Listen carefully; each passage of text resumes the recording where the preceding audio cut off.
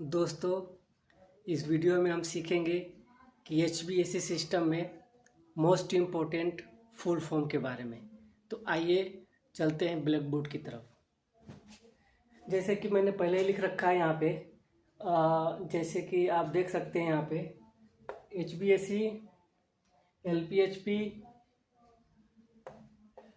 DPS, TXB, AHU, VFD, VAB, BRV, PSI, BTU, TR, CFM, CMH और GPM।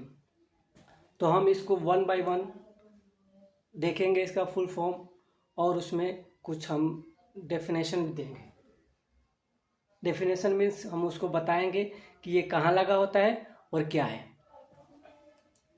तो पहला है HVAC। इसका फुल फॉर्म होता है हीटिंग, वेंटिलेशन,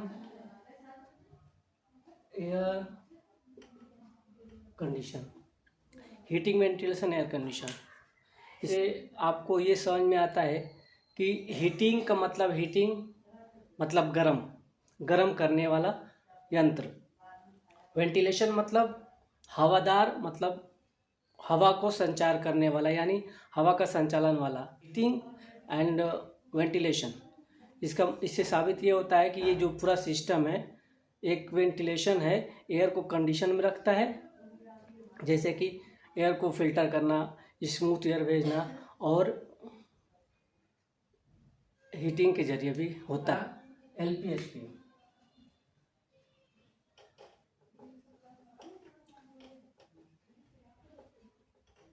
हाई प्रेशर और लो प्रेशर।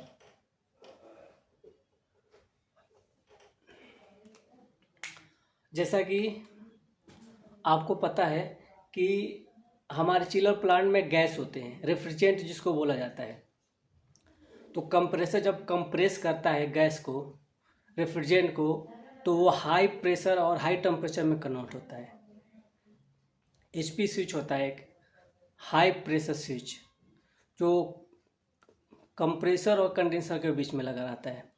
और LP आपका इवेपोरेटर और कंप्रेसर के बीच में लगा होता है। LP का मतलब होता है लो प्रेशर। गैस जब चिलर प्लांट में लो होता है तो ये हमारा जो स्विच है ये काम करता है, लो प्रेशर से कंप्रेसर को ट्रिप कराता है, यानी प्लांट को पूरा ट्रिप करा देता है। आगे चलते हैं। नेक्स्ट,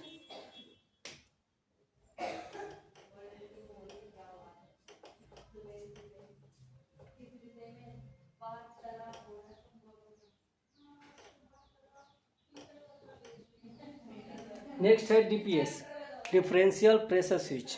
ये हमारा चिलर प्लांट के इन और आउट दोनों में लगा होता है, ताकि हमारा प्रेशर मेंटेन हो सके। प्रेशर मेंटेन करने के लिए DPS लगाया जाता है। नेक्स्ट आगे चलते हैं। TXV,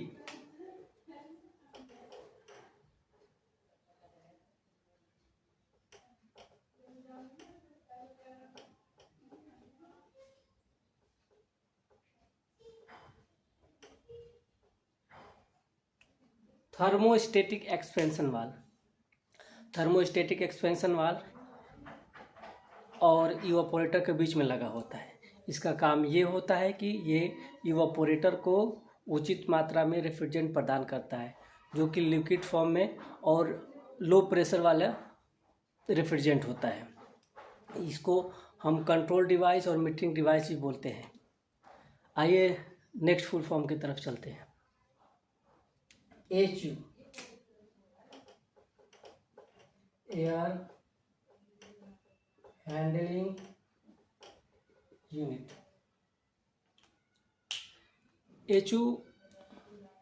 HU का फुल फॉर्म से पता चल रहा है कि एयर हैंडलिंग यूनिट, ये हवा को हैंडल करता है। ये चिलर प्लांट से जो भी पानी ठंडा हो जाता है, एक सोर्स होता है पाइपलाइन के थ्रू, जो प्राइमरी और सेकेंडरी पंप उसको, सेकेंडरी ले जाती है और प्राइमरी लेकर आती है, वो HU तक ले जाती है।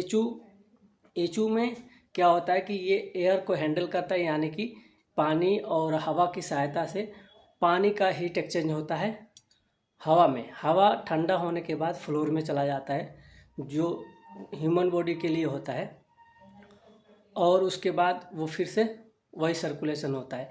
एचयू में आपका मेन पार्ट जो होता है, जैसे कि आपका फिल्टर हो गया, ब्लोअर हो गया, मोटर हो गया, कॉइल हो गया, डक्ट हो गया, डैम्पर हो गया, वाल्स वगैरह हो गए, बटरफ्लाई हो गया, आपका फ्लाई वाल हो गया, और एक्चुएटर वाल हो गया आपका।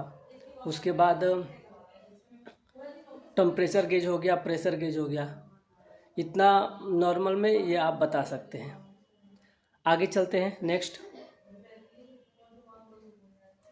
VFD।